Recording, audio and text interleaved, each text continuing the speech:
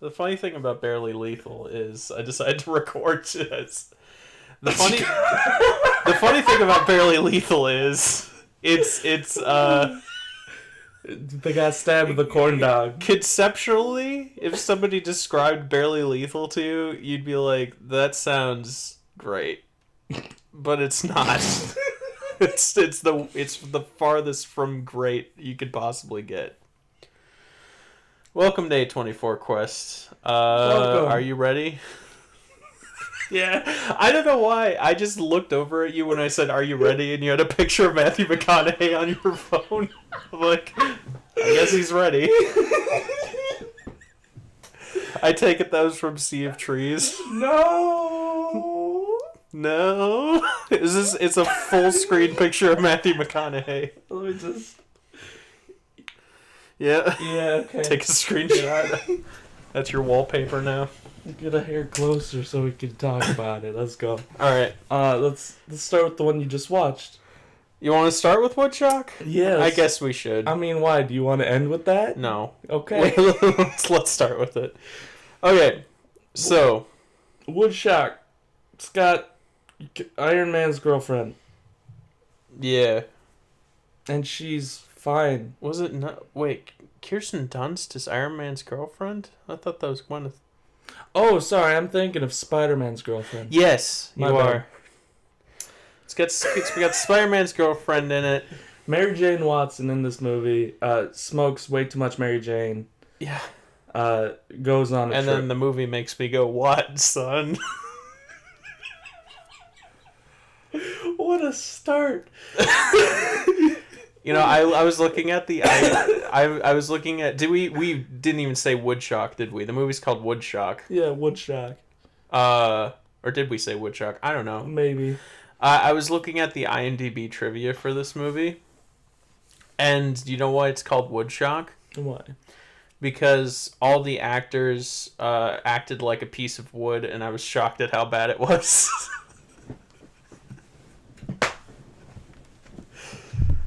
I kicked the stick. I'm sorry. It's okay. That's really good. I forgive you. Damn. I don't forgive myself for picking Woodshock. Oh God. This is one of the worst so far. That's fine. Okay. You may feel like, oh, it doesn't look that bad. Well, it's an imposter.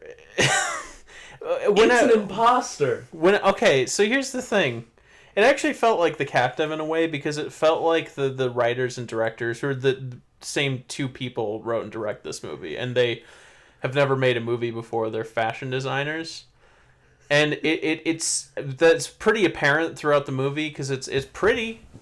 Oh, I mean, it is pretty.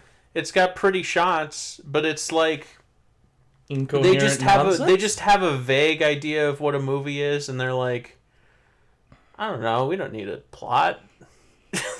Who needs a plot? We just need pictures of the woods.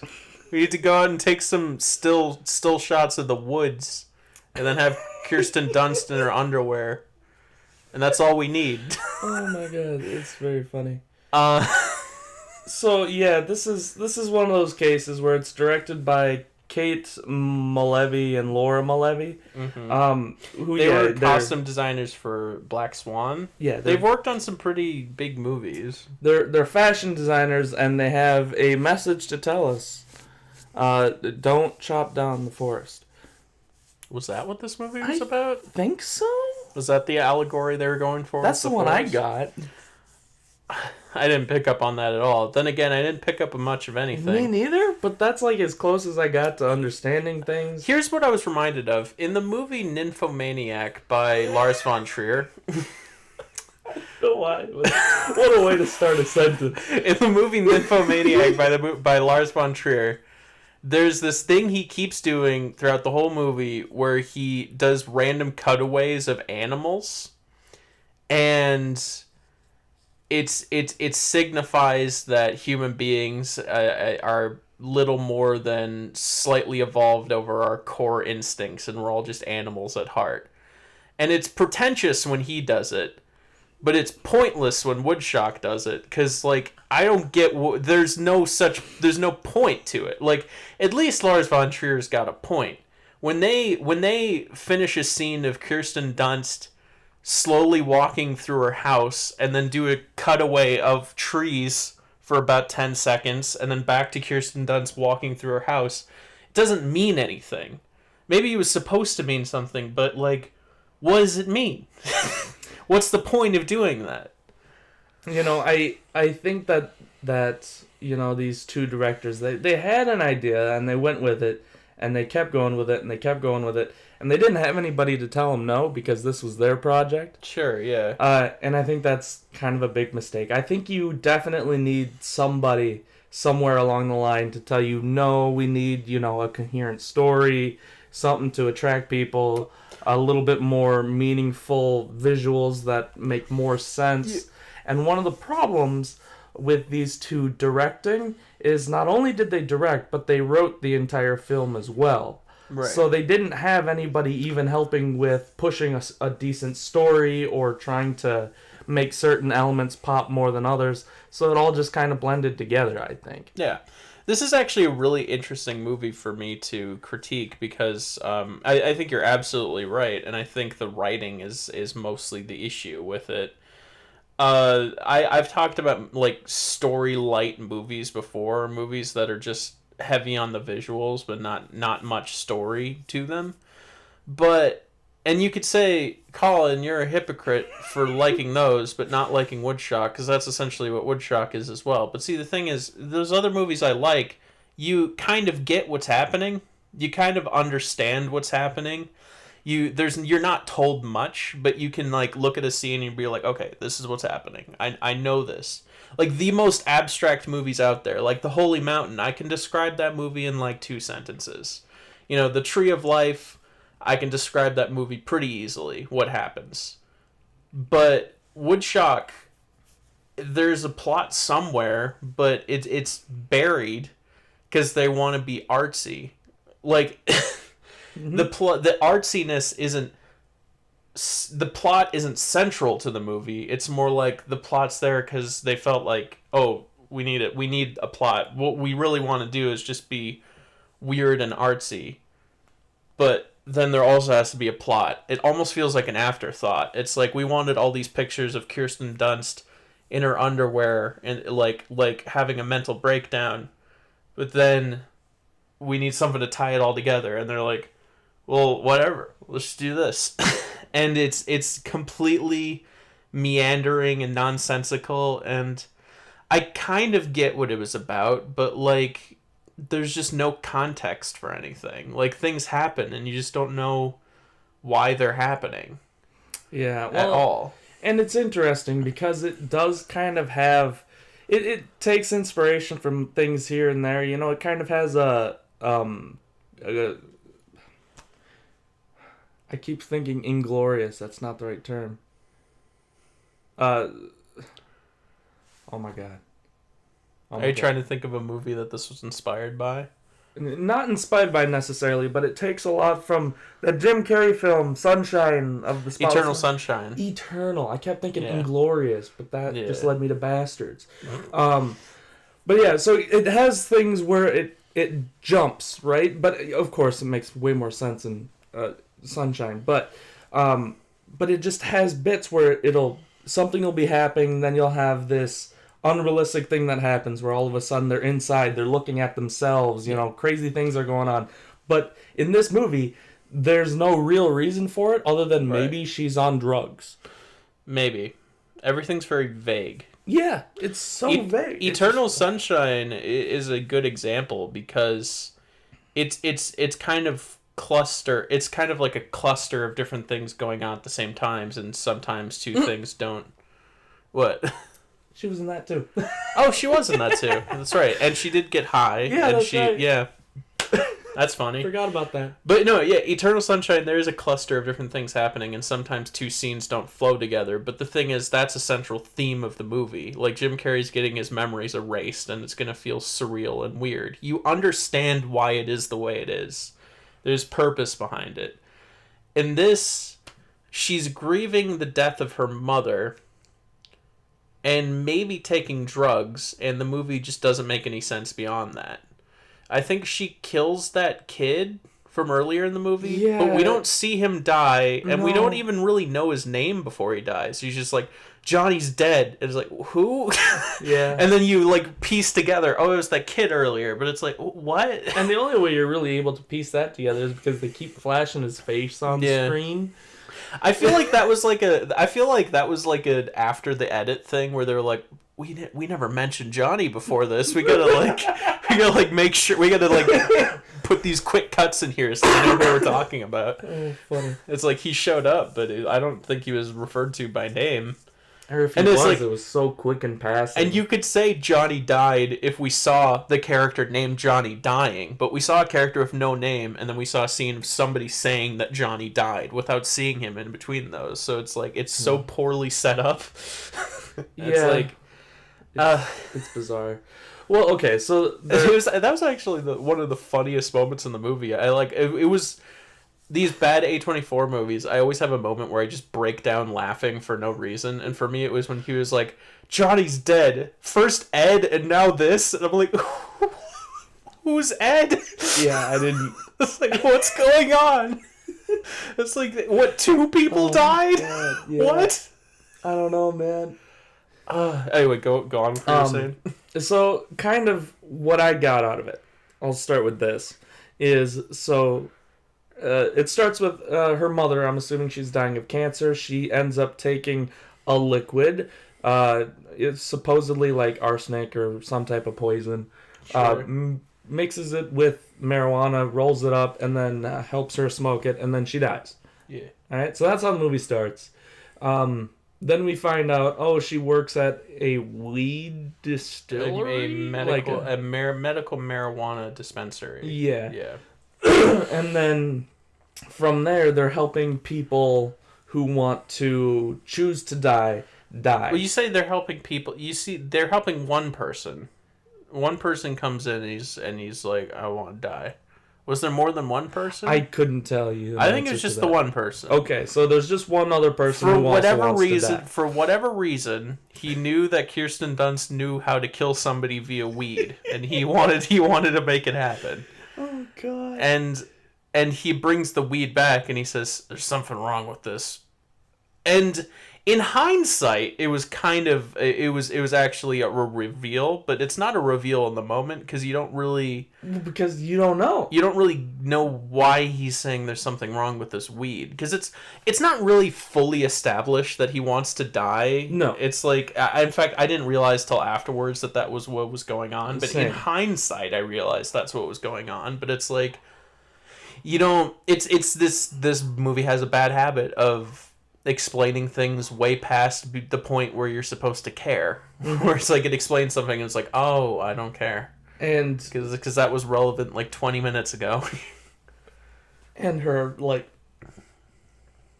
boyfriend or husband or something is like a lumberjack. Yeah. And she really likes trees, and now she's setting up a weird fence. I didn't get that at all. You didn't get that? Yeah, me neither. I was like, she's building a fence. She like sleepwalks, builds a fence, does drugs, builds more fence, ends up under a table. And then he wakes up in the morning, he's like, look at what you've done. I'm not cleaning this up for you. There's a fence out there. And I'm like, yes. What even is going on? That was the part where I burst out laughing, because, he wakes her up and he's like, look what you've done. Yeah, I'm not cleaning this up for you. And it's just like a little fence she built. God damn it, Kristen. This is the 8th time you built a fence this month. I told you I want a fence. What were they thinking when writing this movie? I don't know. Is that supposed to be some sort of symbolism? I'm sure there's some sort of symbolism in their mind for that. But it doesn't make sense to me. And so then afterwards, all of that nonsense, she's like, all right, I'm going to make the weed to kill the man. She makes the weed. The man takes it. The man doesn't get the right weed. The weed, I'm assuming, goes to the little kid named Johnny. Yeah. Johnny dies. There's no real reason or, explanation to this slip-up. You just learn, he got the wrong weed. You're supposed to assume he got the wrong weed because they never even actually say if he does or doesn't and what he died from. Yeah, because doesn't he just die right in front of her? I don't even remember that part. Yeah, I think so. Does he? I don't know. Maybe. I don't know. Just falls over dead? The old man, when he goes to visit her, doesn't he die in that scene? No, I'm talking about the kid. Oh, well, no, we never see the kid die. We see the kid in, like, one scene, and then he's never seen for the rest of the movie. We just hear that he died. Yeah. And it's like, I what? So, anyway, so he dies. The old man is, like, sad because he didn't die. And then she gets, like, yelled at by her boss, who is kind of in cahoots with this whole thing. Like, he's, like, down with the sickness. Yeah, he's like Dr. Kevorkian. Yeah. Kevorkian? Yeah. Isn't it Kevorkian? Kevorkian, sure. I don't know. The guy who killed his patients. I don't know. When you said Kevorkian, it makes me think of a big aardvark in a doctor's suit. Yeah. I'm sorry. Anyway, so he yells at her. She toasts his face with an iron and then proceeds to bash his brains in. Why did she kill him? I don't know. I was like, he just came over and he's like, we can never tell anybody. Don't tell anybody. And then she goes home. It's like, honestly, that's a perfectly reasonable thing to say. It's like, then she goes home, she tells somebody, and then he comes and finds her, and he's like, you told somebody. And she's like, I had to. And then he's yelling, and then she just takes an iron and kills this man. Yeah, it's... He wasn't hurting her. He wasn't attacking her. He wasn't a threat to her. He was just upset that she told somebody about the person she killed. Yeah. It's like you can't you can go to jail. So she just killed him. It's not like she wanted to protect herself, because it's like, obviously he knows what happened. He's the one that told you not to tell anybody. He was like, this can't get out. You're gonna get in big trouble. And she's like, I'm gonna kill you. And I hate this movie.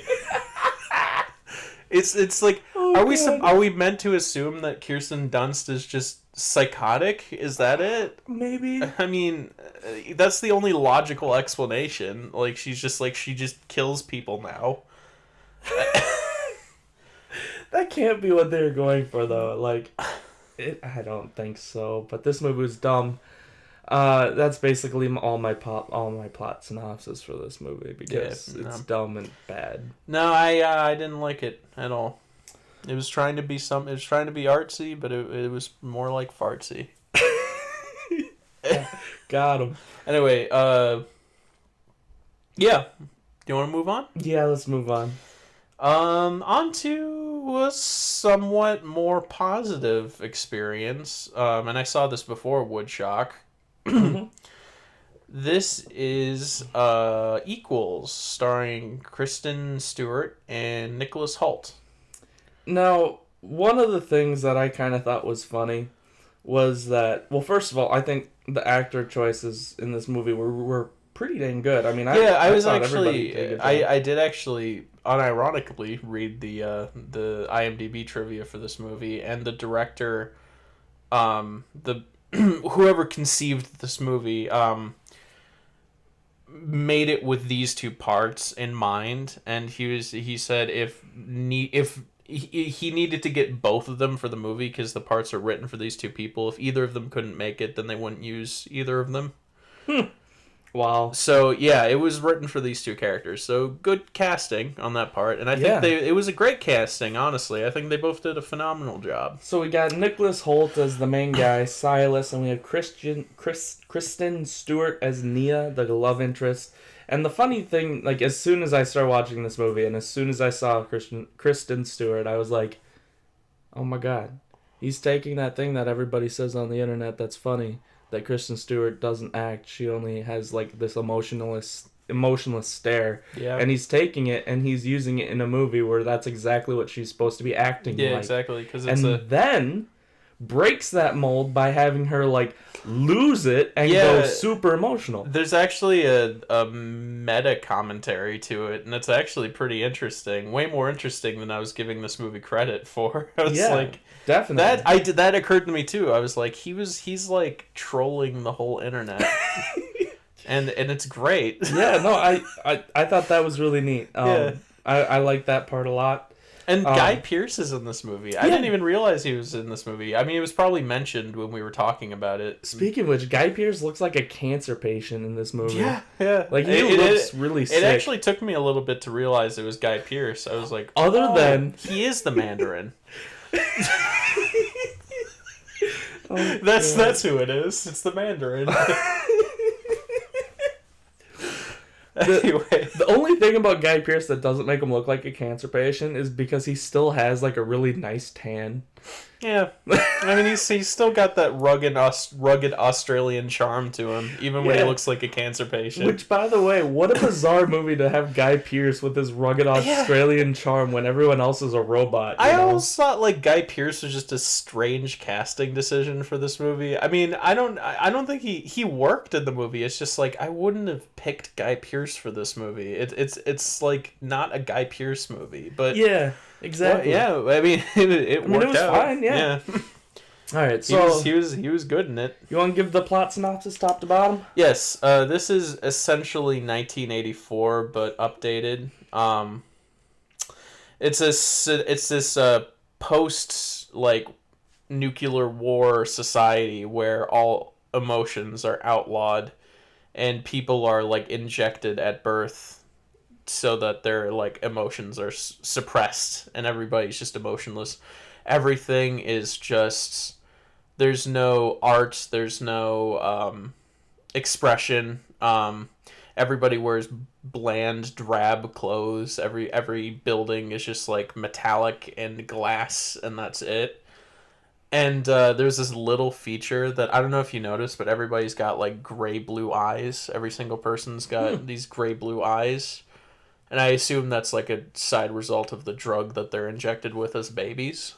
And, yeah, it's a neat little world. Not the most original concept in the world, because dystopian society where emotion is outlawed has been done quite a few times. But, it was fine. It was pulled off perfectly well. And, Nicholas Hoult is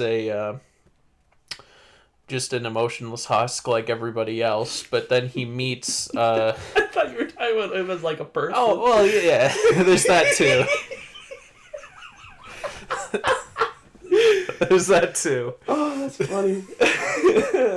But yeah, no, Nicholas Hoult is just a cog in the machine. You know, he just lives a boring life, and the movie illustrates just how boring everything is. And it's I mean, it's fine. I at first I was like, this is really boring, but then I thought, well, it's supposed to be boring. I was like, if it gets more interesting later on, I can forgive it for this, and it does. So it's like, it's cool. It had the confidence to be boring. You know what I mean? And he meets Kristen Stewart, and somebody kills themselves right outside of their workspace because they work together, and then he notices that she seems emotionally affected by it. And this causes a chain reaction of him becoming more and more obsessed with Kristen Stewart, and him developing emotions, and realizing he has SOS, switched on syndrome, which is what the society deems as there are defects, people who their conditioning is wearing off and they're starting to feel, and these people don't know what to do, so they often kill themselves. And so he's, you know, he's just like, well, I'm feeling emotions, and it's horrible. And he gets closer to Kristen Stewart, and he learns that she's been unmedicated and like in the SOS. She's had emotions for years, but she's learned to hide it. And they form a romantic bond, and things happen, and eventually they just escape. They go to escape.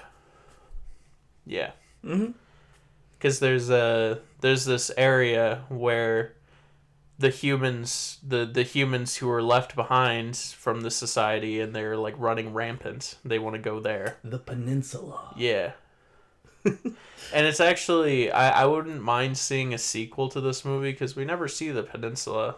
And it's like, I'd kind of like to see the peninsula. I'd kind of like to see Nicholas Hoult and Kristen Stewart like surviving with primal humans. Well, yeah, they would have to try to fit into the new society, or be hunted by the new society and by the old society. Yeah. So it could get really interesting, I think. Yeah, too. absolutely. It would be a lobster type situation. Kinda, yeah. Yeah. Now, one of the major things, I'm assuming we're not spoiling the ending. No. Okay. Because this gets a recommendation from me. Sure. It's not like a work of art. It's not the best like dystopian romance movie I've ever seen, but it's more than passable and it's good. Mm-hmm. That's mine. Yeah. All right. But one of the things that I kept thinking about this movie, like as much as Drake Dormus, the director, he does a fine job. This movie's fine. Sure. But what would have taken this movie to the next level, and there are bits and pieces where I'm like, hey, that's kind of like, and hey, that's kind of like a Yorgos Lanthimos movie. Yeah, so you would think that like if he would have gone like full Wes Anderson or for full Yorgos Lanthimos. Oh yeah. I feel I feel like this movie would benefit from that kind of thing because while one of the main flaws is I didn't often buy the emotionless people. Like a lot of times it's just like they're acting emotionless, but it's like what you really need is that robotic dialogue from a Yorgos Lanthimos movie. Exactly. Like that's exactly what you need. I was thinking. This movie tries to do that, and it doesn't really succeed because it doesn't feel like that. It feels a little too natural. Mm-hmm. But well, and if they could, if he could have used the dialogue from Killing of a Sacred Deer and the camera shots from it, just in the areas where it's supposed to feel really robotic, to like. I don't know, or from like Wes Anderson to make everything symmetrical so it looks in place. To be fair, there was a fair amount of like film theory stuff going on. There was I did notice that a lot of when they're in the outside world and they're trying to act normal, it is a lot of like blocky shots. But when they're in the bathroom and getting like intimate and like human, then it's like warm colors in the background and like this really blurry close-up shots. It's like way more like intimate and intense. So it's like there is a little bit of that. There is, but if they would have pumped that up to like the freaking extreme and just like gone full into diving headfirst into it, sure, yeah. I think it could have, like, at least in a few spots, I think it could have been something really, really cool to watch. Yeah. It's a rough gem, this movie. It's like it could do with a little more polish. But it's but it's still a gem. Yeah, sure, absolutely. It's like the more and more I watched it, the more and more I realized it's like there's nothing I don't dislike a whole lot about this movie. I mean, it's certainly not special. It's not like it's not going to be remembered. It's not going to be a classic, and I'm probably not going to see it again. But it's like it's fine. And the main thing is you buy the relationship between the two leads, and that's important in a romance movie. You can totally get that they have an attachment, and that's important. And they pulled it off well. And apparently, I was looking through the IMDb. There was a scene where Nicholas Hoult had to wear a specific surgical gown that covered his upper arm because he had a bruise on that arm from skateboarding with Kristen Stewart in between takes. And it's like, that's funny, and I think that's where the chemistry came from. I think they genuinely enjoyed hanging out with each other. And it's like, yeah, that's awesome. It's just a nice movie. Yeah, for sure. Kind of depressing, kind of emotional. And it got me. When it was trying to be emotional, I wasn't like, this movie's trying to make me feel something. I was like, okay, yeah, I'm feeling something. I'm feeling what they're doing. I've been cold for years. You think this petty attempt? Yeah, exactly. Do anything? Sometimes movies do that. For example, Woodshock tried to do that, and I laughed at its face. I was like, you expect me to feel what you're trying to make me feel? Pathetic. Oh God. I don't know why, but you put images of like Vegeta in my mind. Sure. Pathetic Kakarot. Yeah. Yeah. That's how I view like movies that try to do the whole emotional manipulation thing. I just fold my arms, so I'm like, not happening. Fold your arms, shake your head. Yeah. But no, yeah, Equals was good. I enjoyed it. Yeah, no. So, full votes for Equals? Yeah, absolutely. I think so. Yeah. Avoid Woodshock. Avoid it. More like would stop. Hey. Yeah? Nice. All right. Actually... Don't patronize me. I know it was bad. You know it was bad. What I was going to say, you know what that movie could be used for? Mm-hmm. Just a nice background screen. Yeah, I was actually thinking, if you mute it. Yeah, just mute it and put it on in the background. It'll be fine. There's only one scene of somebody getting their head bashed in with a clothing iron. What are those things called? An iron. An iron. Sure. Oh god, I think we gotta move on. I think we gotta end this. If you took, if it's like the main. This is how I'm ending it here. Like the main thing that I took away for Woodshock was like, if you were to pause this movie at certain points, you'd get an okay screensaver. Yeah. And that's what that movie is. Yeah. What's the movies for next week? Next week we are gonna do 2 right back to back. I think because I don't know any of these other movies, so we're just gonna go into the forest. Ooh, I'm kind of excited for that one. I know. Yeah. And then we're gonna jump from that to Morris from America. Okay, I don't know anything about that. Me neither. And then, we're gonna have a big jump after that, aren't we? Definitely. Hold on. Sorry. Oh Lord, what have I done? Oh Lord. Oh no. What's happening? Oh no. Okay. So after that, there's Sea of Trees. We've seen it. American Honey. We've seen it. Moonlight. We've seen it. Supersonic. We've seen it. The Monster. We've seen it. So we're jumping way up to 20th century women after that. And then we got another jump of 3 movies. Yeah. So yeah, we're running out, which is cool. We're getting there. I'm excited. So yeah, Morris from America and Into the Force. Bam. Sick. Watch it. Or don't. It's up to you. Yeah, well, I hope you enjoyed, and we're gonna record the podcast. Yeah. See you. Oh, did you hear that? Yeah, did the I heard mic that. pick that up? I probably. Oh, that was my shoulder. Little crack there. Yeah, that was a nice little. Ooh. Okay. Well, have a good one. Bye-bye. Merry Christmas. Merry Christmas.